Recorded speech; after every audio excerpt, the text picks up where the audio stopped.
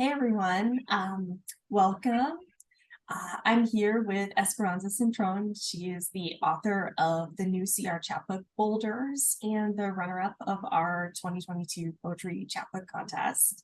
Um, I'm really thrilled to be here today to talk with her about her forthcoming chap, which will be out next month in December and will be featured in the winter issue in January of Chestnut Review. So Esperanza, it's so great to see you here today. Thank you for your time. I really appreciate it. And we absolutely love your poetry. I think that I got to see some reader comments and also read the draft before we decided what we were going to publish this time around from the reading period. And your work just immediately grabbed me by the throat from the very beginning. And I think there's this strong artistic imagining, right? Even with the title Boulders, which is Detroit nature poems, and this excerpt from the Divertimento for Rocks that really starts off the collection. So clearly you had a really strong artistic vision going into some stage of this chapbook. So can you tell us a little bit about where that came from and what the genesis of that was like? It's sort of free formed. I mean, I got this idea. I think there's a little blurb at the beginning that talks about the fact that I'm in Michigan, and Mhm. Michigan is a very nature oriented state. I mean, we have mountains and farms and so forth, and then you've got Detroit. So it's like you get a lot of really nature oriented poetry, and you don't get a lot of Detroit nature. So I'm like, you know what? We got nature. We've got nature. There's stuff here that, we got birds and trees, and I wanted to capture Detroit, the nature of Detroit, because they it's you think of city and industry and the Renaissance building, you know what I mean? But we're a very diverse city in terms of our what ecological geological aspects. I don't know. I don't Yeah. know. So I wanted to capture some of that, and that's what I went into it, and the poems just start kind of coming. you know I don't know. Yeah. Um, I really think that this is an ecological chapbook for today for exactly that reason and the things that you mentioned. When we think of cities, we think of man-made artificial constructs, but as we've seen with the climate crisis and the COVID pandemic and other things, we're encroaching on nature. Nature is encroaching on us, and we share the same space and we embody this space. And one thing Sure. that really drew me to your chapbook was I heard, I forget, it's not an exact quote, but Amy Mizuki Matado said that BIPOC people are generally not thought of as like ecological writers because Ah. they're just associated with cities and like the inner Oh, my city. heart hurts. Like we Yeah, don't care about the climate. Like we don't care about living. right. So there was just this, like, I see this false dichotomy all of the time of this noble, generally white poet or writer who's just in nature, like a Rachel Carson or a Henry Thoreau, right? It's this sort of like lone figure away from civilization, Right. picking out something about man, and then these BIPOC people telling their stories, but it has nothing to do with nature. And I like the way that this melds this urban landscape that's ecological, geological, that's also intensely human and brimming with this experience. So I that like was what something you're that's really saying. strong. Like what you're saying. Yeah, because that's really what I was trying to capture. We as human beings are a part of that whole thing. And one of the things, Detroit, because we lost so much of the actual buildings, a lot of stuff was razed because and torn down because we didn't have the money to keep it up and so forth. So a lot of the land did go feral, if you will. It Yeah. just started to forest started to grow in the city, which is really crazy because I grew up in a city that was very well populated. We had 1.5 million people. We were #1 in individual homeowners and so forth. So there were all these beautiful brick homes on all these plots. Wow. Now, if you can you hear me? Yeah, yeah, I can. Yeah. So now if you go, there are whole blocks that have been raised. Mm, Okay. And they've been the city now, because we've been gentrified, is keeping the grass cut low. But there yeah, used to be like little forests. You could just go down one block and there were like trees that just had sprouted and so forth, and all kinds of growths. And if you read some of the poetry, I actually mention the types of growth, and I talk about quackgrass and all kinds of other things that actually took over the city. And it was just, I don't, to me, that's phenomenal that Mother Nature, God, Earth, the spirits, the powers, or whatever, just say, well, hey, bye, and I'm coming back. You know what I'm saying? I'm yeah. going to let my other children, my plants and animals and stuff, you know, do what they do. I don't know. So I don't. For me, it's like it just made me begin to really understand how little we are. Do you know what I mean? Yeah. How much, how little we mean in the scheme of things. I know that's probably Nostradamus like, but I don't mean it that way. I mean it in a way that we should wake up. Yeah. I mean, we should wake up and recognize that we have to exist. We have to coexist. I know. I don't No, want to get I love that. No, I love that because that's exactly what I see in these poems. I see this crowdedness, but it's like alive, right? We're so small, but then everything else is raised to that level, right? The crabgrass and us, right? We're on exactly. this equal playing field in this Detroit landscape. And that I think is something that's really, really strong in these poems because it has this kind of polyphony of characters that you would think of in like a more urban focus, right? It's a city, there's so many things, but some of the things in your poetry are natural things, like, so I think that that's a really strong aspect of the poems and a really strong unifying element of the collection.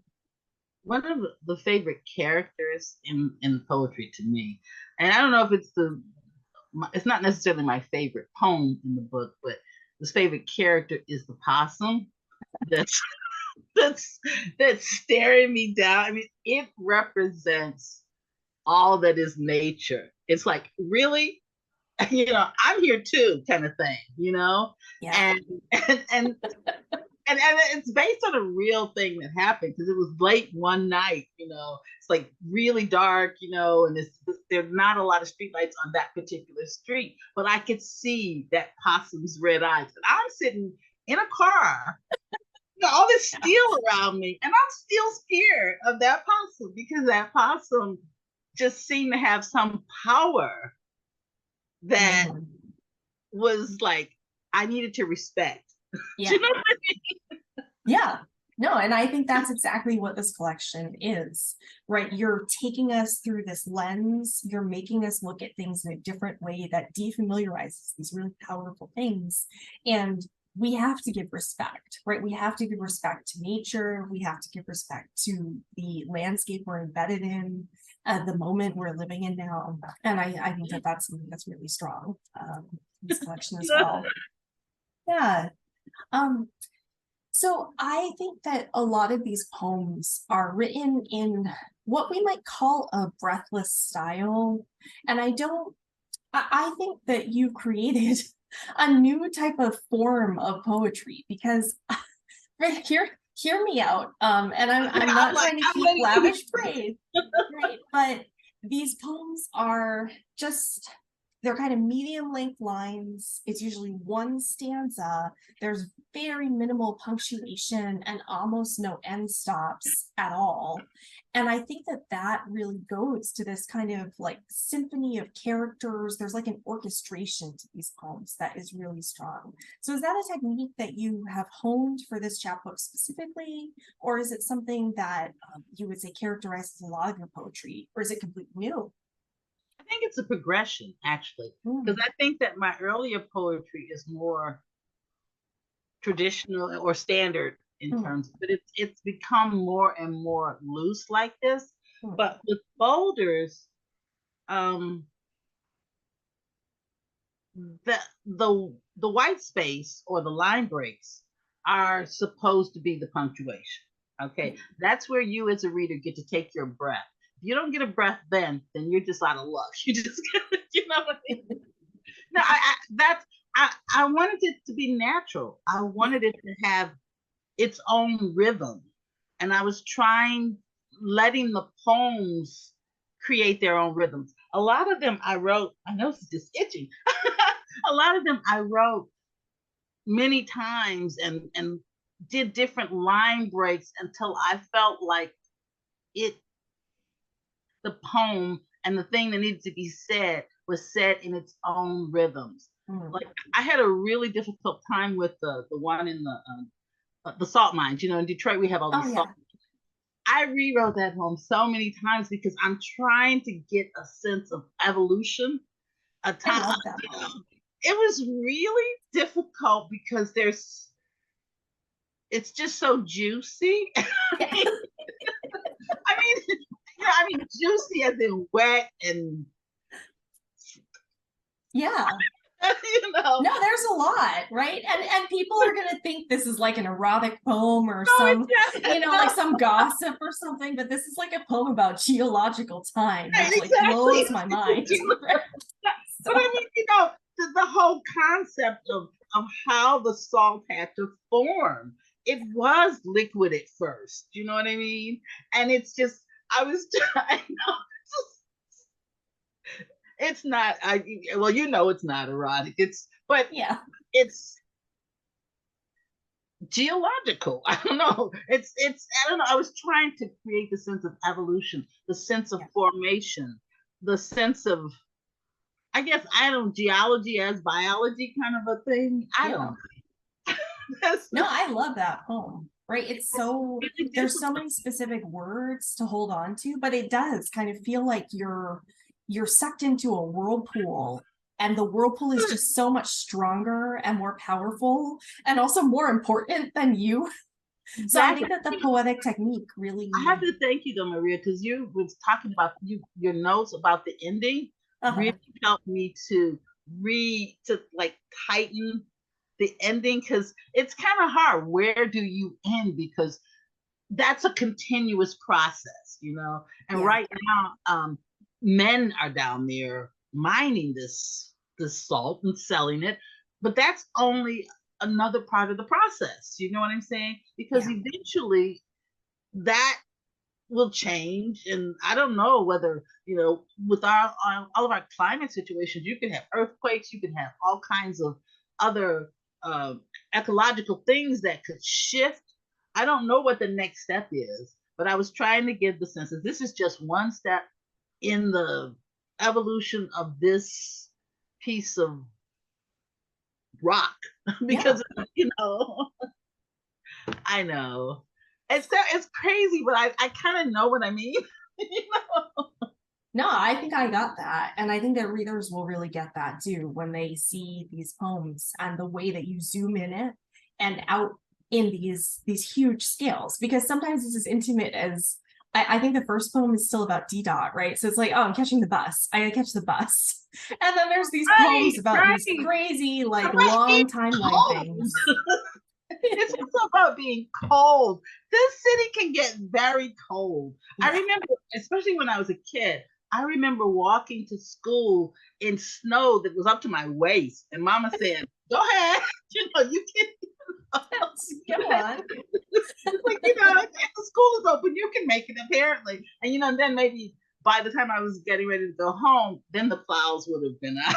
but but it's about being. I remember also because see, well, as they are now, mini skirts were popular when I was going to high school, Hmm. and you're catching the bus in a mini skirt and fishnet stockings, trying to look cute, and the wind is whipping you like you're a slave. You know what I'm saying?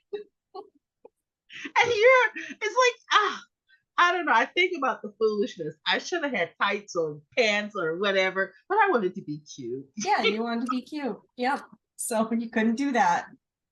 You Yeah, it's cover like, your legs. It's not cute. right, I was not listening to nature.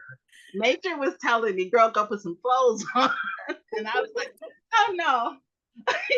I was defying Yes. it. Well, I think that's a good way to put it. So what about these places that are in the poem? Like there's some great places, like there's I think a corner store, there's an overpass, there's like all these really specific neighborhoods or things like in Condo Aviary, there's like I think like a place. So are these places that you as a human being interact with on like a daily basis? Because I love how intimate and how specific like the poems are in there. Like you are here and I'm right there along with the speaker in the poems as I read them. Yeah, I live in downtown Detroit. I live in a place called Lafayette Park, which is a community of primarily cooperatives. They're like condo cooperatives. We Okay. own them because when the city turned over and we're having all this difficulty, groups of people got together and they bought their condo situations and turned them into co-ops, which is a really cool thing because it makes it less expensive to live in downtown Detroit, and we can maintain our own properties. But yeah, I live near Eastern Market. I live right there where it talks about the Sacred Heart overpass. All of those are my neighborhood. Mm. Down the street from me, I live right off of Jefferson, which is about a half mile from the Detroit River. There's a lot of love for the Detroit River in the book because I love her. She is beautiful. But anyway, we have our own island, Belle Isle. And Yeah. that's not far from me either. There's all kinds of little goodies on Belle Isle. It talks about Belle Isle. But yeah, all That that's one. my that's my neighborhood that I'm describing pretty much in the book. I mean, some of the places are a little bit further off when I talk about some of the neighborhoods that have gone feral. Mhm. Those are a little bit, but most of it is my neighborhood, which is, I don't know, 5 or 10 block radius of mile radius around here. You know, so it's downtown Detroit pretty much. Mhm. So, Yeah. Um, so okay, Belle Isle is one of my favorite poems in this. I mean, I'm very biased. Like there are so many good poems in here, but that one with its voice, right? I think it begins in this kind of gossipy, like somewhat like Aunt Myrna lost her cherry in her shoes on Belle Isle, and I love the fact that some of these poems feel really like if I were in Detroit and I just sat down somewhere and somebody started talking to me and, gossiping or, just shooting the breeze, right? It has this really conversational tone to the way that the speaker kind of just says these things that I just find amazing. yeah, my cousin, because that poem was actually on a website called justplace.us, but my cousin read it and she said, "Did you tell Aunt Myrna that you put her business out?" I hadn't expected anybody I knew to read it. See, I was like, "Oh my god," because my family are not like into poetry, you know what Uh, I mean? yeah. So I was like, "Oh," but she's like Aunt Myrna. She's like much older, so I'm like, she should be happy. I haven't heard from her, but my cousin, I'm hoping that she keeps her mouth closed. Okay. Yeah. So she's just like, That's how nothing happened. that poem actually really wrote itself. Oh, It's like these images started coming, and even the rhythms. But I have to thank my Aunt Myrna for sacrificing her chair. yeah. It's just amazing. Yeah, it's so specific, and then the way it goes into the enjambment, like it's a place for firsts and seconds, right? There's something just beautiful about the rhythm in that poem. It's really Thank incessant. you. Yeah, I like that one too because I guess I like the images. You know, the guys out there playing what's that they play with the white like I forgot. But I can see them on the field, you know, when it's Yeah. such a for me it's a really good memory. You Yeah. know, it's a memory for me and it makes me feel good, you know. The island itself has gone through so many changes that those images really took place probably over the course of like 40 years. They weren't all at once. Well, even better, right? I mean, there's this long-standing feeling of like legacy and knowing this place over time, right? I think that's one really strong aspect of the human existence, right? To know a place so deeply and love it for all its imperfections and how freaking cold it is. I can only imagine. That is Um, cool though. I like what you said about the heritage stuff. that yeah. was that was cool. Um, so one thing that really struck me, and I know that you, right, because I have been through Detroit on layovers, but I've never been to Detroit. And Ah, of course, Detroit is really famous now for this kind of rewilding that's kind of involuntary, right? For all these problems that are going on. And I think a lot of really famous, like photojournalism about, hey, here was a shopping mall, but now it's a forest shopping mall, right? But one that's thing, called ruin porn, yeah, ruin pornography. People from outside the yeah, city come and just glory in our I'm fall. sure. I'm I'm sure sorry. they do. Just, No, that's I totally understand, right? That's exactly, I mean, it's so haunting and striking, but yeah, it is the type of just so that's where I'm kind of going with this because one thing that really strikes me about this is it's capturing your lived experience at the intersection of like racial, social, climate justice, but it's not trauma porn. And I really appreciate that because despite the really weighty topics that are being talked about, there's this vivid, kind of vivacious effervescence to the poems that when I read them, it's like drinking, I don't know, orange soda or something. Like it's bubbly, it's sparkly, it's Fago. bright, it's kind of dazzling in a way. And I really, really like that about this collection. So was that something that you set out to do specifically, or was it something that just evolved with this idea of the chapbook over time?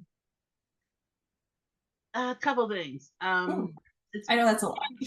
one because there aren't any periods. See, or the periods are minimalized because when you put a period, you stop. Okay, and I Yeah, don't want you to stop and ponder. I just yeah. want you to go to the next image and just keep on. It's We're like chasing the bus. right. You just I don't want you to stop because I think when you put a period, it becomes more solemn. Yeah. You have to stop.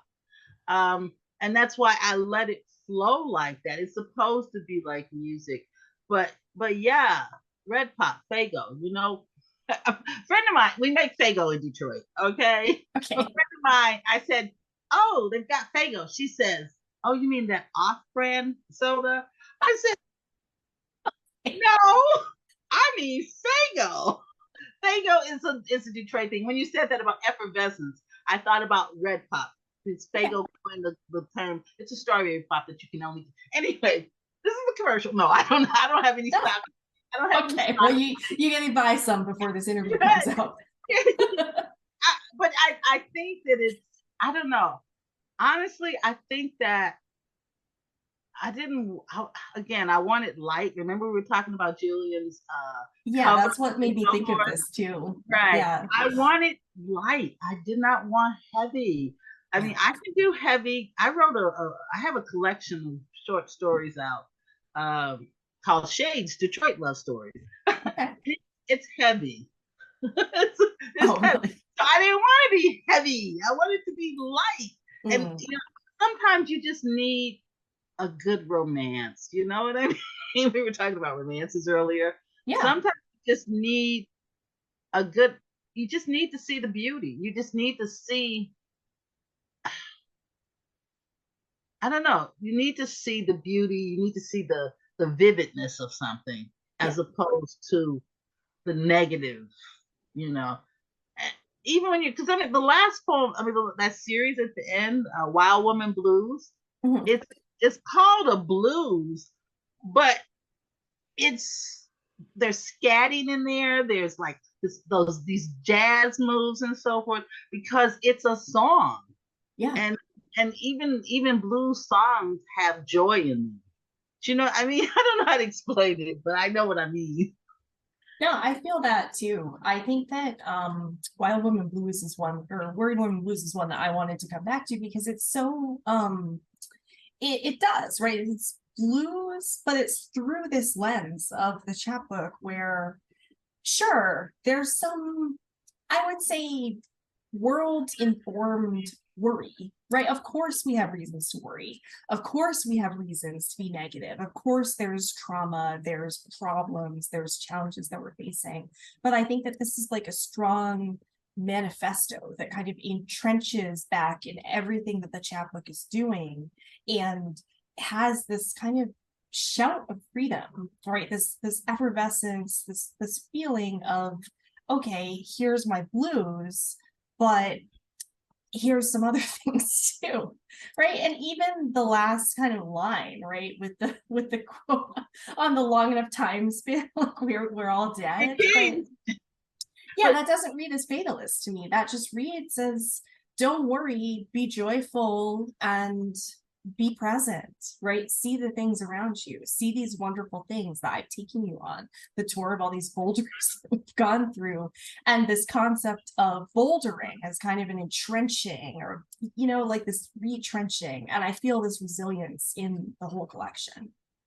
I love that because that's exactly what, because it's like my motto. My motto is like, look, there's a whole lot of crap out there, but we're still alive.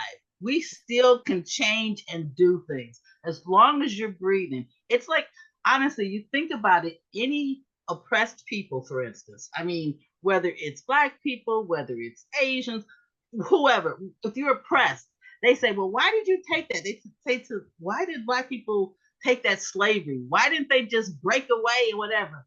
And it's like, you know what? As long as I'm alive, it's still possible for me to change and reshape my life.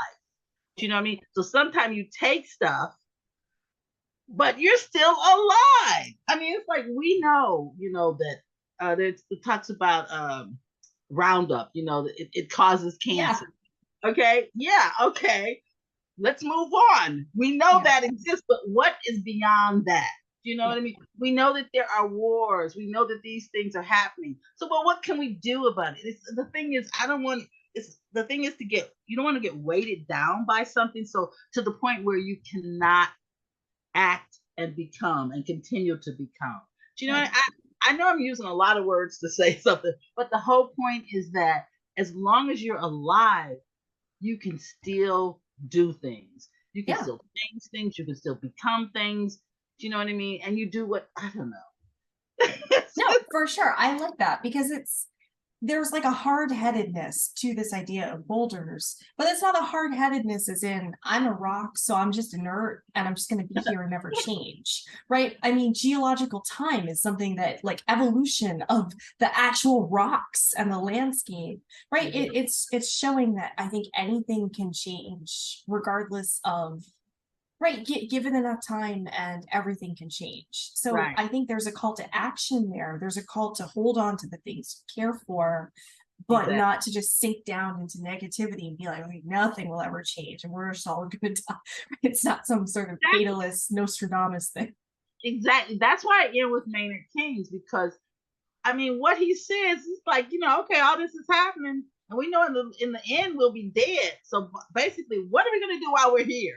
Yeah. You know what I mean? It's an indictment, and this is very political, but it's an indictment to capitalism. Yeah, Capitalism sucks. Okay, it for really sure. does. We need it. It served its purpose, in developing of this nation, whether good or bad, because a whole lot of negative stuff happened. But Yeah. okay, we're developed now. How can we change and become a better nation? You know what I'm saying? How can we? Because people denigrate things like socialism, but why? I think they're equating it in a nationalistic idea in the sense of capitalism is a nation. Capitalism is not a nation. It's a way to order an economy. It's not working anymore. So what else can we do? What Yeah. other elements can I know political, but that's No, no, I love that. Yeah. it's really addressing that. It really angers me that people who, they get angry when people talk about communism and socialism and other modes of organizing an economy. Yeah. I mean, when one doesn't work, you need to try something else. And anytime you have what a 0.5% of the population owning all the wealth, there's a problem. There's There's a a huge problem, problem. You know? right? So we gotta figure out a better way to do this. And I know I'm going from ecology and geology and so forth to economy, but they're all interrelated. For sure, right? And that's why I think this is so strong. This is such a great chat. It's exactly what we need right now in so many different ways. And I think that in the sense that, right, Detroit has this story to tell because I mean, I've been to some other areas in the Midwest, and I think that it's just really depressed, right? There's no more factories, there's no more big manufacturing boom, there's no more reason for the Great Lakes. So even though I haven't been to Detroit specifically, right, this is a story of capitalism comes in and everything is great, and then the elites skim all the money out of the system, and what do they leave behind? This shit, this wreckage, this rust, right? And I think that is the biggest issue with capitalism today, because all around the world we can see countries that are transforming themselves and giving up their nature in order to get more money. And like, what's it all for, right? We're sacrificing the planet to make money, but it's not so that we can all make money and be healthy and have good lives. It's so that a very specific and small subset of people can do that. Exactly. And then they just move on, right? They have no responsibility. Exactly. All that you say. Yes, yes. Yeah. Yes. So, right, this is why I love this, because it's not a takedown. It's not negative. It's not like, hey, I'm from Detroit, so let me just bleed out my veins for you. But in a way, right, this is a unique story of this landscape that you are deeply entrenched in, that you are deeply kind of building your resilience and kind of growing in. And there's so much history there in a personal sense, but also, yeah, in an economic sense, a justice looking sense, a climate based sense. So I think that this chapbook to me is the perfect intersection of all of these different aspects fused into this one unique work of art that I'm really honored to have played a part in and to have published. Thank you, Maria. That is really nice of you because you seem to have gotten everything that I was trying to say. And that is rare, especially when you're dealing with poetry, because it can be so esoteric, Yeah. that people are, and I know that's another thing about Detroiters. We tend to be like in your face. You know what I mean? In terms of I don't know. I think that, probably because I taught English for like 100 years. I just I'm sure it was not. It was 150 really. Okay. but it's like you're teaching students how to decipher all of this archaic poetry and to read the language. Even when you're dealing with like even like Poe 150 years ago, Yeah. You have to teach them how to read the language.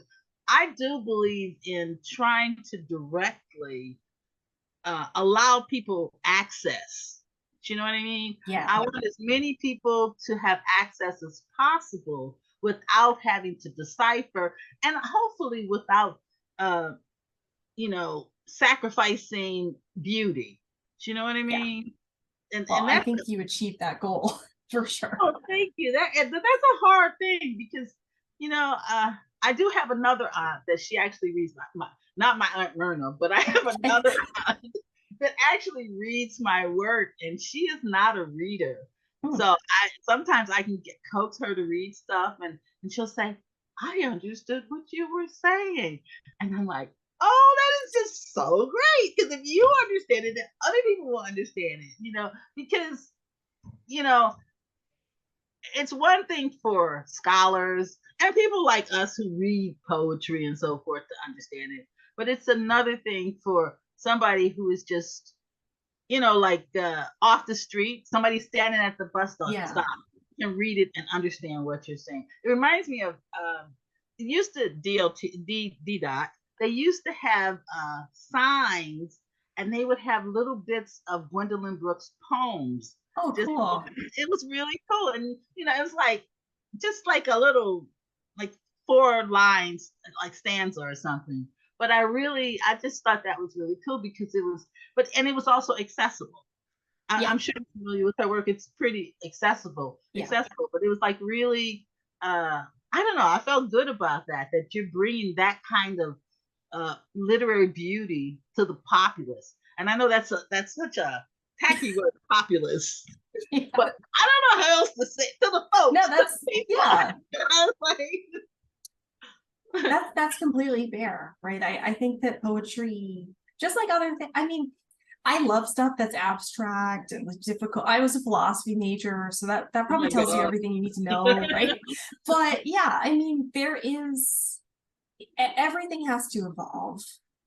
Everything has to change and grow, or it dies, right? It becomes a Exactly. boulder. So I think that thinking about ways to get more folks interested in poetry, get them reading it and kind of understanding it. I think that is a great goal. And I mean, I don't think that this chapbook loses anything for that openness, that invitingness, right? Like I said, it uses this kind of vernacular language that feels just so familiar, but it captures like the phenomenology of a place that I've never been to and I've never experienced. So I really I got to step up my own game because my family and friends always tell me, "Oh, Maria, I love your poems, but I don't know what it said. I read it; it was great, but I don't understand it." So I got to step up my game as far Oh, I have to read some of your stuff now. I'm really curious. oh, no. I don't know. I I kind of, I understand what you're saying because there's a lot of, yeah, I like abstract things, especially visual art. I really love abstract visual art. But I do have, well, I used to have a large family. They're getting old now. But and the thing is that the academic world is a really small world. It is. You know what I mean? And there are more people who are not like us, Yep. than there are like us. And I want to reach them. I do write fiction, which is another outlet, for that. But I'd like to be able to do that with the poetry too, Yeah.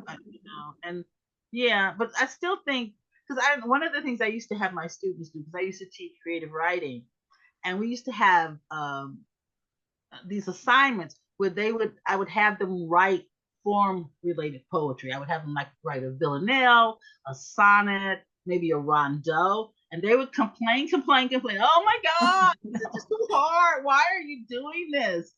But it taught discipline. Yeah. Okay. And it taught them the rhythms of poetry and the laws, if you will, if there are any laws, I don't know.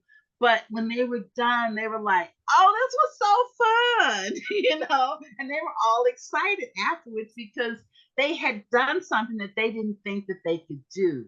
Yeah. But and it also opened the world to them to understand other poets and other poetry because now they understood the concept of form. And of course we talked about it contextually, talked about the time periods and how the information was disseminated when those forms were developed. Yeah. But it was a great lesson, and I'm kind of glad that I did it, even though they were like babies at the beginning. Yeah. Complaining, messing with Right. diapers and But whatnot. yeah, exactly. But a week and a half later, when the assignments were due, they were like, and they were eager to read their work. And it was cool. I don't know. I Yeah. don't know how did we get on that topic. I don't know, and I'm really happy about that. But yeah, no, I think that it's really important these days not to look inward or backward, right? I think it's good to look forward to see how people can get excited about poetry and realize the power that it has. So Yeah, I hope those Gwendolyn Brooks signs pop up again, or who knows, maybe there will be other poets around the city and yeah. available to read. I know Yeah, I'm getting retired last year, really, so I could do my own work yeah, because I'm in this organization called Bookends. We're working on our novels or whatnot, and I'm doing this and I'm submitting other things. And before, I was really kind of devoted to my students. So yeah, this is a new phase, but I kind of really miss teaching. I miss yeah. my students, and I miss the motivation that they provided because interacting with them gave me an audience that I could direct things towards. Do you know what I mean? Yeah. And it also this whole concept of making things accessible Yeah. to a variety of people. Because for the most part, I taught it at Wayne State for a little while, but I taught primarily at Wayne County Community College, which is a 2-year institution. Yeah. And I don't know if you know, Detroit is a very diverse city. We have a large African American population, but we also have a really large Latino population, and we have a very large Middle Eastern population. Okay. So my students were drawn from all of those uh, groups of people, which even made accessibility even a greater challenge, but Yeah. fun, because you have to cross cultures. You have to like try to understand other perspectives, Mhm. which is really hard, you know. Yeah, no, absolutely. I think that there might be some I swear to God that sorry, I'll get back to you on this because I was just reading about some place in Detroit that's like serving youth by teaching them how to write poetry. Um Oh, is it Inside Out? it could be. Yeah, maybe that's it. Well, Inside Out, actually, my daughter was in Inside Out. It starts in like 8th grade and goes through Mhm. high school, and they actually go into the schools. And a number of the poets that teach in that program are nationally known, award-winning poets, and they perform around the cities and so forth. I mean, around the city, and they go various places. But yeah, there are a number of programs. That's one of the more prominent programs. Yeah. There are a number of programs around the city. We have this is a very artistic city. Not only do we have the written word, of course we've got spoken word, and then we've got all these artists, these muralists that are doing things all over the city. I Mm. think that I'm sure that they're doing it in other cities, but I know what's happening more in this city because I'm here, Of right? course.